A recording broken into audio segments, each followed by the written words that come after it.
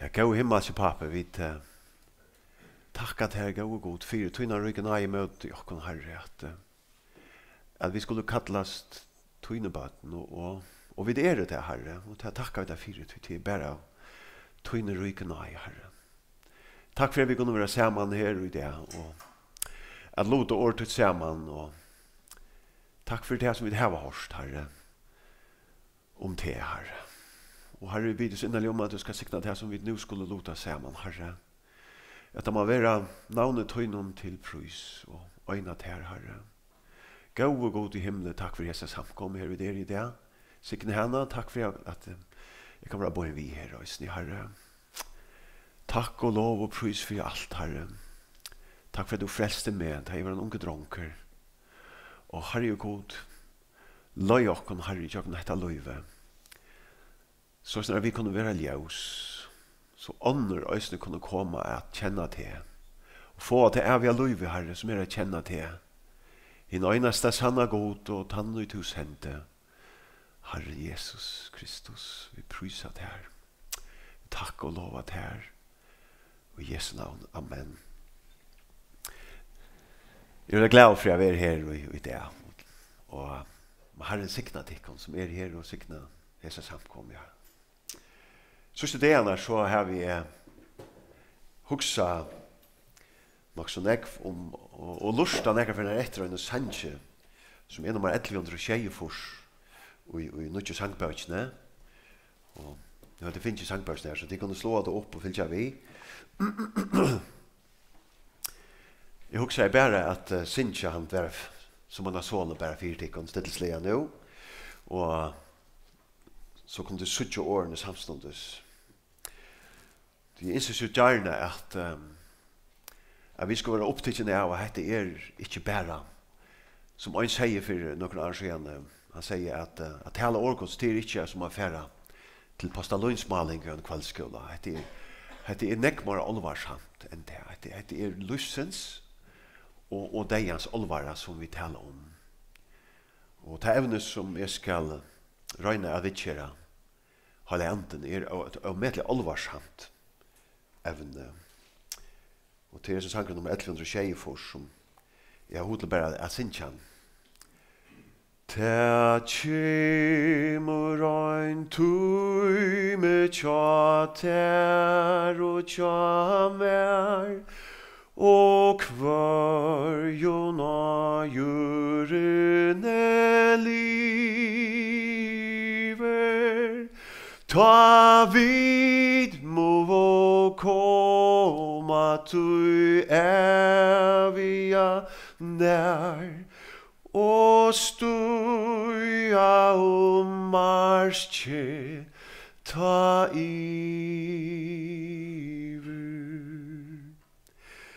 Ta kjemur ein tuime kan vera han enn, kan tidjast lengt borstur at sucha tau själva ui London tar sterskast menn og vill du väl fra honom flucha.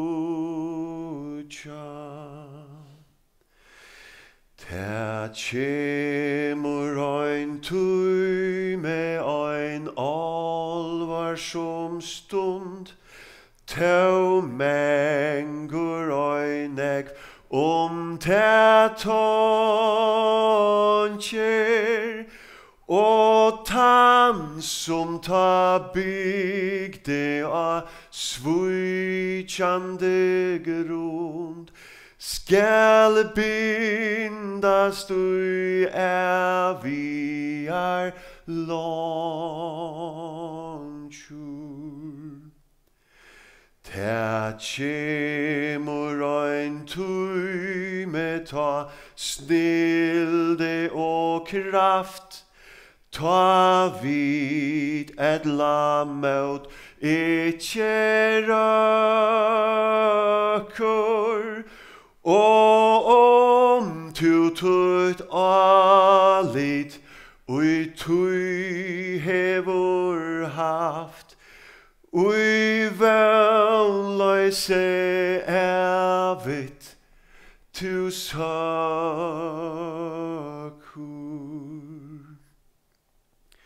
Ta kjemur ein tui med ta gera skal av kvann vet tu a fold hevur stunda og at ta frelso som god frutt her gav ui tui tu tut hus hevur grunda. Ta kjemur ein tuime og måst tu ta tau ui tui ta hugsa og minnast ta ongen som vanvirde Kristi blå ui himlen hon inne skal finnast. Halvdelen sangen er så omvendt alvarsammer. Jeg har lyst etter nå når jeg finner siste delen her.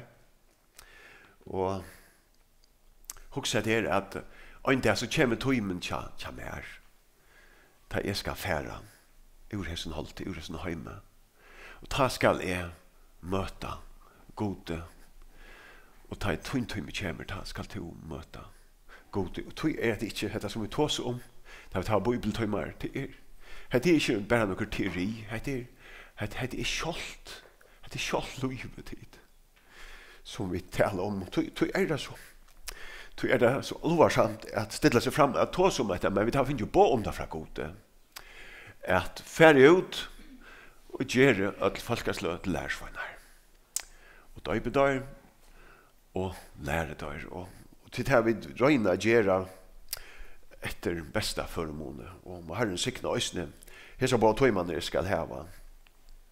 Arne Birger så hukser jo om hesa anmennisene som til suttje som versen og vekken. Det kommer jeg å vise nok nekvar plansje fram og vel noen det ørekvar og forvirra at jeg ikke mer enn det gjør godt. Og den anmennisene her så stender av vekken her i 17 Timotheus 3:16 sier han. Hun sier at all skriften er innblåst av gode og er nyttelig til lærdom, til samføring, til rattlæring, til oppfostran og rattvise.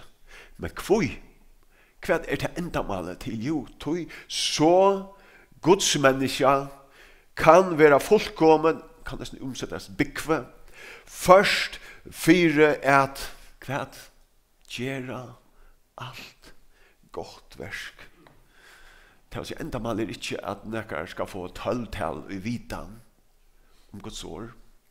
Nei, at vi skal være førfyrir å gjøre alt godt versk, for å dreie andre mennesker til god. Og dette seter oss i hendene her, bibeltøyman og et holdt anna ljus.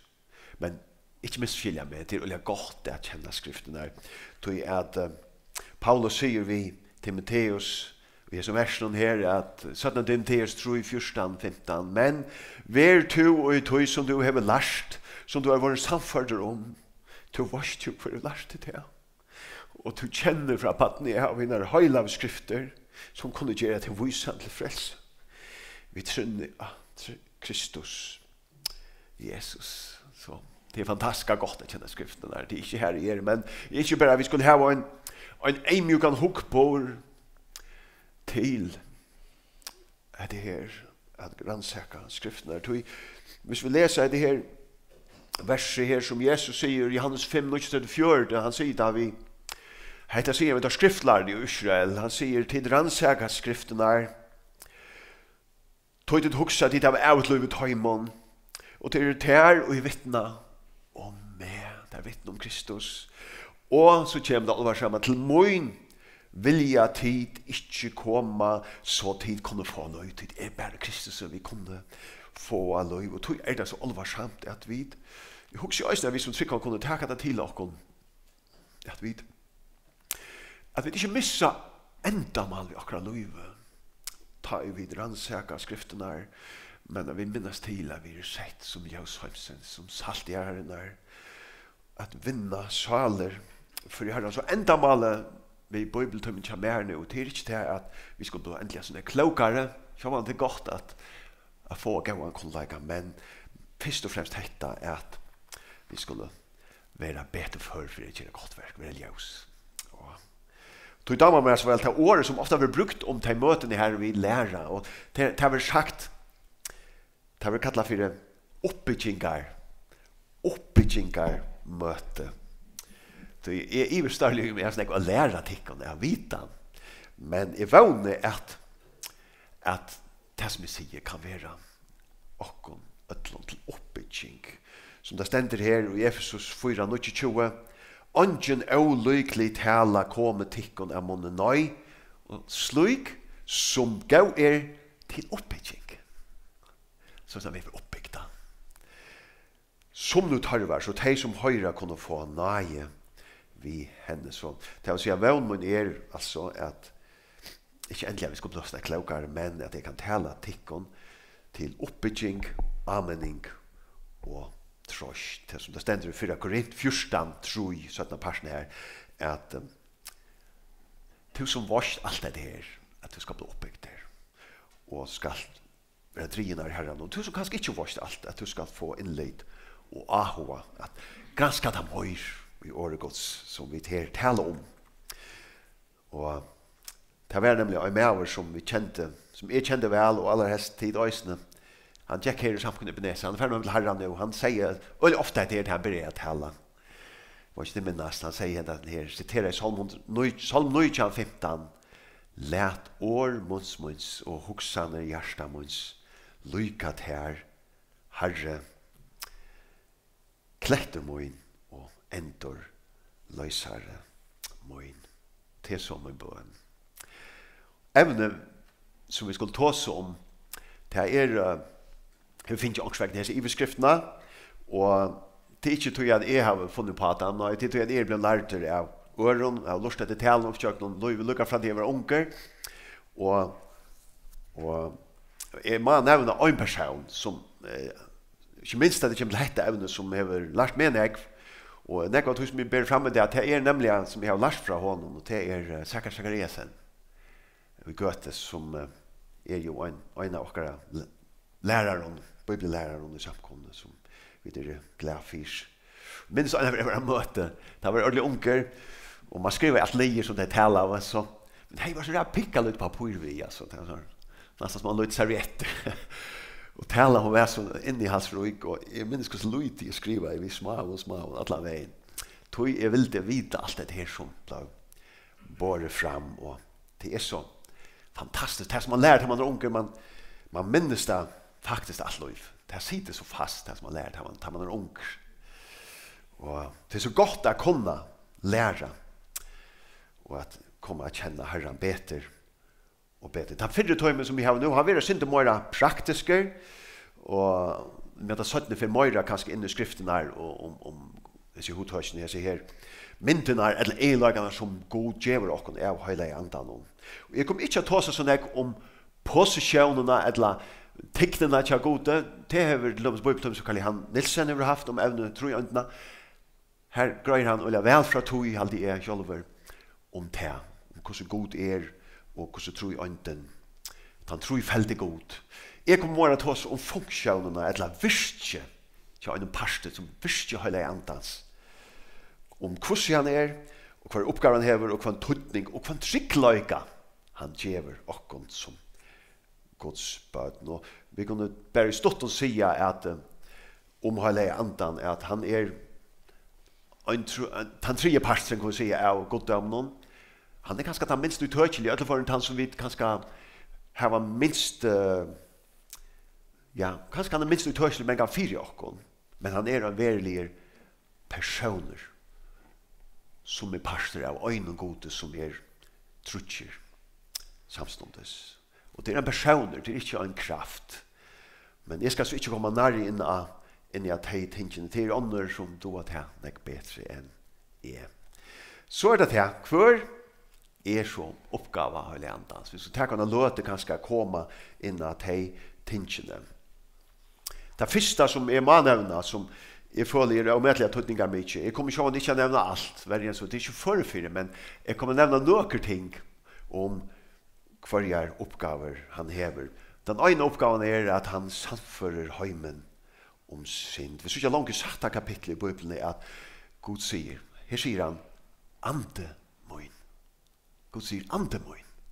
Skal ikke til evige tøyer strujas vil mennesker. Men det er så langt ta oppgaven. Han strujest vi okkon menneskebøttene. Og dette sier Gud, da han stitte menneska. Sinta var kommet inn, og han ble større i hjørnen. Og han stitte Arne 920. Sånn leser vi i salmen at det kommer ned av fjerdfors, det som vi kjenner til i det, som en mye alder. Og vi leser også om det samme, hans oppgave var samfunnet om synd. Da leser vi om 1. Mosebok 6:3, at det skal stå jeg har sett der, det stender i Johannes årsaka, at ta i han, og her tar han om talsmannen, heilig andan kjemer, skal han samføre heimen om synd rattvise. Og det er det som Jesus sier vi lærersvønner synar. Hatt den oppgaven som han hever, en av de større oppgavene han hever, og vi kjenner flere søver om det. Begge kanskje fra akkurat ekne løyve. Du kan kanskje grøye fra at du plass kattla, eller kattla var gode, fra en løyve til et nytt løyv, sammen med honom. Og jeg har også hørt søver, og det lønnes være en søver her i havn, fra jeg halte det var i slånsælet fra første tøyen der brødsamkammer kom, at en maver kom inn i sælen her, og han var så kraftig kattla var gode, at han ville ikke. Han var så kraftig kattla at han måtte, han fortalte det søttene som er, at han måtte kjøpe seg ut ur sælen. Så kraftig var han kattla var gode. God ville ha henne komme til seg og bra frelster. Men han rymte. Men du beter. Ande Gud skafft ikke. Og søttene kom så til seg. For hun har nevnt en annan person. Kanskje jeg synes nevnt noen praktisk dømer om det her. En person som er vært i førjen. Som flere kjenner ossene. Han var en tryggvande med, han bor i USA. Og han var virkjen for herren, men så en dag gavst han brottelig. Det kom også inn i hans løy som gjør det at han ventet i antallet bætje. Og i 25 år var han bort fra gode. Lørste jeg ikke etter øynene antallet sang, les ångan i Bibelen, sang ångan antallet sang, tog seg ångan i god. I 25 år. Men knapt ble det. Så taler jeg og landet at til han. Og han vender vi til god. Og han er samband med herren at nå. Og han det 25 år har haft avløyngar for hans liv. Det her var der. Så selv om du 25 år til livet, har du haft avvarsk og oljan jeg beg til baden til mek og så videre. Men har jeg anden kattelig natter. Du det så øyelig olvar samtid. Beg til som kanskje ikke kjenner Jesus. Og vi som kjenner herren, som det stender i brevbrann 3:15, og i det tid høyra rød hansara, så herre ikke gjørst tikkar han. Det er så alvarsamt. Det er en avmålda tog at fylke herren og noe. Det andre vers som ofte kommer fram fyrir med det i huksom heter her, vi har andan om, det det som stender i årtøknen 28. Her stender at han som mengan refsaver og korsene gjør halsen herran skal snøklega være bråten og gråande som det er så alvarsamt at det er den ærmalda tøyen vid at mennesker heva at takk med Jesu og leva fri han og han fer ikke alltid at strujas vi okkon. Jeg minnes fra 70 om da jeg en kjente prædika med en kjente med her i fargen som han kommer opp på Hamarchen og han øyder Tom Roberts. Jeg minns han var her bei 73 og 76, da var jeg en lille dronk. Og jeg minns vel av folk, hvordan utrolig avvarskende hei av Moinheimbo i Klaksvøk. Og Abba Boji Moin fortalte, dette fikk jeg vite for korset han fortalte at han bor nok så 8 lega bomsamler i Klaksvik, til ut i øren armen om. Og i Roma tog samla oss folk og Bethesda hver morgen, en arbeidstog, 12 morgenen, og han fortalte at han fikk en kan hjemme etter, et nyeste vei i Klaksvik, ut i bomsamler. Først var han ansammadler, så begynner folk å komme ut av forskjellige hus som tid, til enda sånne store hauper som gikk hjemme etter, hjemme i salen, a bia god om a frelsa mennesker. Så snart gikk det fyrir som nekva det her. Jeg var ikke alle hvordan lunsje. Og nå kommer Tom Roberts til Førjar. Og han så ærestans i Førjen, han i Estrødene. Og til han kommer til Klaksvigar. Jeg minnes det vel, jeg var en unge dronker ta. Og han taler om metalig kraft. Og det var rikvavus av mennesker som kommer fram av møten som ble frelst. Og jeg minnes vel hvordan jeg som ble døpt av togene. Altså, tutset hans folk på et måte. Flere for at tutset folk ble døpt. Og en fantastisk tog. Hvor var det? Jo, nå var plass og tog og bygg for ikke holde andan om at avvarska menneskene. Og til å si at vi som tryggvande, vi kunne virkelig bya god om at tala. Minnes særlig øyne tale, det var nemlig hetta verset her. Tom Roberts tala ut fra hesom-versen her, og den kraft.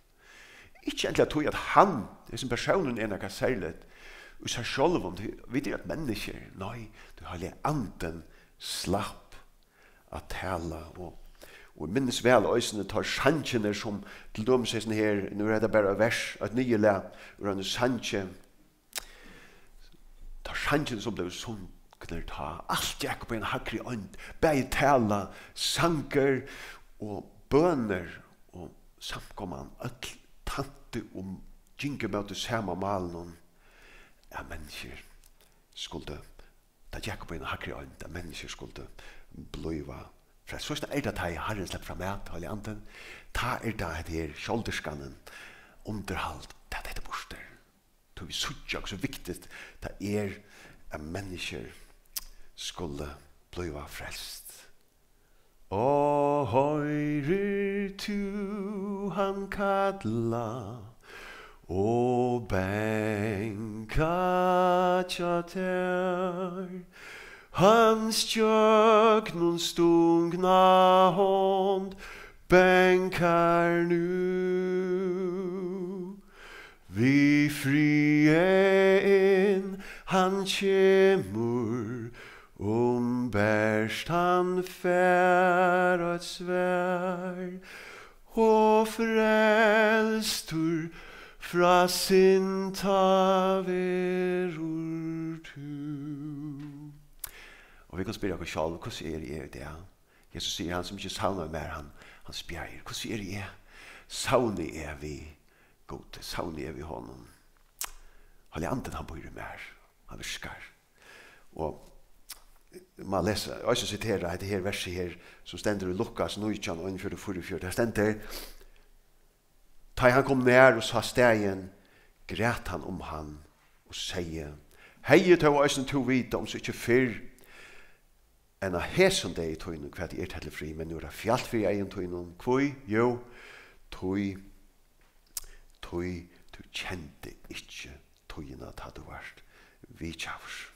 Så den oppgaven heter en alvarsom oppgave som alle han holder anden hever, som vi sier ikke bøyblene. Ikke glem at heimeren blinder. Du kan heimeren ikke skilja Guds år, utan han først fær holder anden. Først blir frelster. Ta for at jeg skilja. Du det evangeliet som var til, som var boast, og vi kunne få folk å skilja. Sannlagene i året Guds. Men holde anden, han har flere oppgaver. Jeg skal nevne akkurat han pastor av endurføyingene. Det stender i Johannes 3:5 at Jesus svarer, jeg sannelig sier til her, ver øyn ikke fødder av vattnet og anda, kan han ikke komme inn i rujegås. Det vil si at ånden blir frelster utan hela anden i vi spel. Vi blir ikke frelst utan å få hela anden. Han som ikke er anden, han er ikke frelster, og han som ikke er frelster, han hever ikke hela anden. Mine foreldre, eller han argengeren, de har fortalt meg faktisk flere fer om en tog i sundagsskolen om. Det er nok også det vi på testa, da de var ung. Det er mine tog. Det var en av sundagsskolen, han var så smarster, han hadde gjort noen sånne dukker, i var lest av tre. Og der stod så en sånn som skulle forstille hjørnet, der stod en bor her. Men nekrar dukken, her er han heft noen jadenstikker og poi. Og så fortalte han om en menneske, man ser unga måned om frelste, og tar man ofrelste. Men så tar han en sterska magnet, og forskar han iver bornen. Hva hendte så jo? Det dukkene som hadde jaden fest oppi at her fører vi opp til magnetene. Så er det hele andan, du sørst ikke måned om frelste og den ofrelste. Men da Jesus kommer, da er det bare de som har andagods, som kommer hjem i himmelen. Det sier at Hellige Anden, han er en pastor av endorføyingene. Men han er også en pastor, han vittnar øysene, han har til oppgaven å vittne om Herren Jesus. Her stender her vil han kalla for talsmæveren. Her stender Johannes 15:60, men ta i talsmæveren kommer, som jeg skal senda til fra fernen, andes handløygans som utgonger fra fernen, han skal vittna om meg. Det er en talsmæver, det sier seg selv, det ligger i årene, han ombår faktisk ikke seg selv. Nei, han ombår en annan. Og han taler skjøtjene til en årene, han pøykar av en annan. Og her sier Gjesta Bøyløs, at Hellige Anden, han pøykar, han vittnar om meg, om Kristus, om Guds sonen. Og en annen oppgave som han hever er at han veløyer og løyer de tryggvande. Og det leser vi i Johannes 16:15, men da han andre talagans kjemer, skal han løya tikkun ui atlan sannløyga. Tui, han skal ikke tala seg selv og nøy, det som han høyre skal han tala, det som kommer skal for han er at kunnkjera tikkun. Og dømer om det dømes vi suttja i Apostlesøvnen 8:29, at ta sier anden, vi Filip, fær og halte at hæsum vakna. Det er dømi om at han andre virkar og i løyvnu tja og i noen Guds badne. Så er spørningen, her vi er til sambandet som skal til, for Herren skal slippe fra mæt at tala til møyn. Og et verkersvers som det er i Isaias kapitel 3, vers 4. Her stender Herren hever givet meg læresvenn av tunga, så jeg skal doa a styrkja hin maua vi åre munnen. Og så kommer det her, legg meg slett her, kvann morgon. Det er daglig samband som skal til. Kvann morgon veker han øyra mot, han veker til, så jeg skal høyra som læresvennar høyra. Og vi vet det, vi skulle gjøre læresvennar, ja. Og hvis jeg husker atra av mitt liv, ta personer som har vært firmyndig for meg, og to kanskje personer som har vært firmyndig for te, alt som eitkjenne tar personer som blir varvater i samfunnet, vi herran, det var tøyr som var varvater i livet som tryggvande, det var tøyr personer som hadde et daglig samfunnet vi god. Og jeg skal ikke nevne navn her nå, men en personer som jeg ikke kjente så øyla vel, men jeg kom opp et honom i samband med imes, i samband med arbeid. Jeg minnes hvordan jeg legger merke til at selv da han ikke fikk så vilje i kjøkkenen, og kanskje akkurat for å gjøre det med honom som han følte var kjeilet, så allikevel så signa jeg han og var så fantastisk i sin frambore, og sin etbore. Og så igjen har vi hørt om den mannen. Han er nå også ferdig med læreren. Han er i kjattleren. Hei, jeg som personer i stål. Her som de vet, alle husene visste, her nye foran, her sette han seg, ja, be alle godt. Det var samfunnet alle godt. Vi godt. Det er ikke fantastisk det. Vi god bjauer okken, at veløya og løya okken. Men han ber okken samstånds om å komme til synsøster. Vi kunne få lot i sånn her, som vi synes jo i sånn kauren, det skal ikke være synes at her øsene, men Detta kända som det skal kaure. Les Guds ord og bi det om det. Om to vaksa vilt. At det lukkar som en trade fire er vissi vi skulle. Lukkar som genga fram og etter vilja Guds. Og en annen oppgave er han hjelper Guds bøtnen at bia. Rombrand 8:60 stender, så kommer øysen i anden vøykløyga akkurat til hjelper, vi vet ikke hva vi skulle bia som bia øyra vera nøy, anden sjálfur biur fyri okkom i soffon og ikke kunne sies. Dette sier at jeg om at han er anden, han hjelper okkom til at bia. Og du skal lukka nevna neka som, tar vi nu tå som hese oppgaven til andan, så halde det verst at jeg fram ikke tog god høyre atler bønner, det er visst ikke hvor jeg må si hver år vi brukar. Det er så ikke det fra skriften at imsk år er brukt her i menneske kattla er god, og Herren sværer. Men vi kunne også si fra årgods at det vi hvordan hilde at det vi bia, så skulle vi bia til himmelska fægir okkara. Det kunne tenke til ut fra heseversen, Matteus 6, 8, 9. Fægir tikkara void hva tikkun tarvar, er en tid bia han, tui skulle tid bia såleis fægir okkara, tu som er til himmel, høyla vi navn ut og så framvegs her. Det er så bia til god fægir, himmelska papa okkara bia vi til. Men vi bia, vi holder andan. Så hadde det verset som jeg leser i Janne, at han hjelper okkon at bia. Og vi bia ui navne Herrans Jesus her. Så ikke det her Johannes 14. Hver tid så bia ui navne moin skal gjøre. For jeg ferien skal være døy med at vi sier noen. Bia tid neka ui navne moin skal jeg gjøre til. Så utan att jag ska göra så klart om att här men I halde själva att det här är så vackra bia till och himmelska pappa. Och i andan och vi har ju andra hjälpbrakon.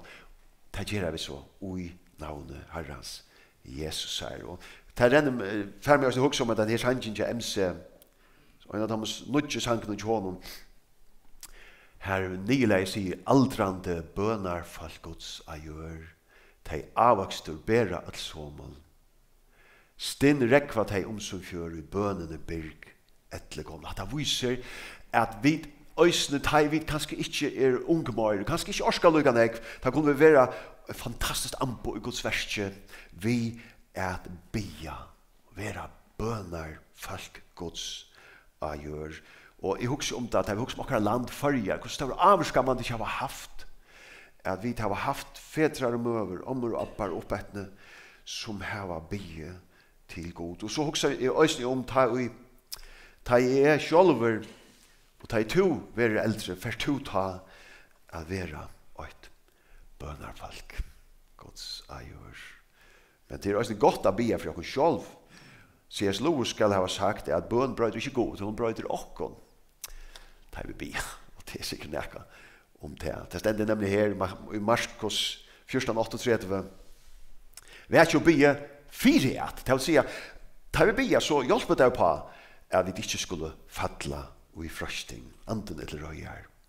At det er anden eller røyar. Halli anden som er og jakkom, tryggvande. Men holde er vakt.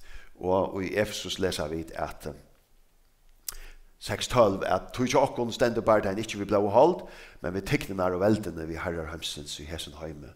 Vi anda her ønskaparens himmel. Vi har sånn ek døm om at det er en bardei. Det er mausa seg armene opp etter tasta ut til Sios, tja, Israel og så videre. Det er sånn ek dømer om at det her.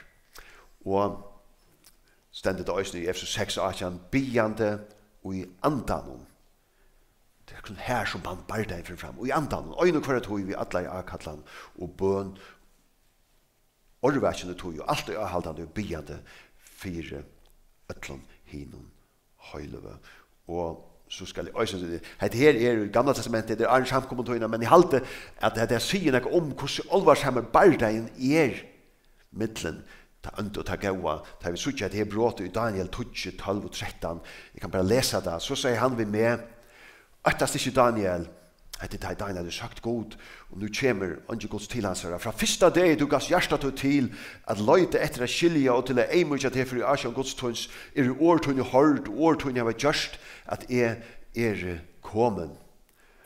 Men hade ju persara rutschens stod mer emot i 21 dagar men ta kom Mikael hin fremste hautingen mer til hjelpar så vær vi ivelutan her til persa gang vi suttja at det lukka som myntar for og det haumig bara at det en olvarsammer bardeie som fer fram i himmelrummen. Og så en annan uppgave att jag håller andan att han viskar hinnar andalig gav.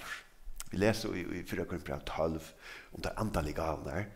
Till dömes vers 4 säger att nej kan det imiskar men anden hinsamme. Tjänsten imiskar men Herren hinsamme. Krafta gärna imiskar men god hinsamme som viskar allt i ötlen. Och så kommer han att ta som nej gav och så kommer detta verset här som vi suttjar här. Allt detta. Alltså det andliga gavnar viskar hin øyne og samme ande som etter vilja søgnen byter øynene og kvarjen for seg. Det vil si at hele anden gjør åkken og øyne til gavnar som vi kan bruka for Herren. Og han motiverer oss. Og det er ofta som mengan har strust ved her at orstismår, tømmismår, alt det her. Det er møte fettler. Her stender i Filippebrevnen 2:13 Du god han som viskar ut tekon. Bæg at vilja, altså bæg at tøyma, og at viska etter gaua vilja søgnen. Og Paulus sier til oss ved Timotheus, for 17 Timotheus 8:6, tøy minni til at du kvøyger atter til han og gav gods, som uttar vi alle ting handa moina, du god gav ikke anda møtløses, men anda kraftar, kærløyga og Cyprus. Så sammen omtidje til sørst her, så kunne vi si at oppgaven det andas at pøyka av Herren Jesus Kristus. Ja, her stender i Johannes 15:6, andes anløyga som utgång fra feiren, han skal vittna om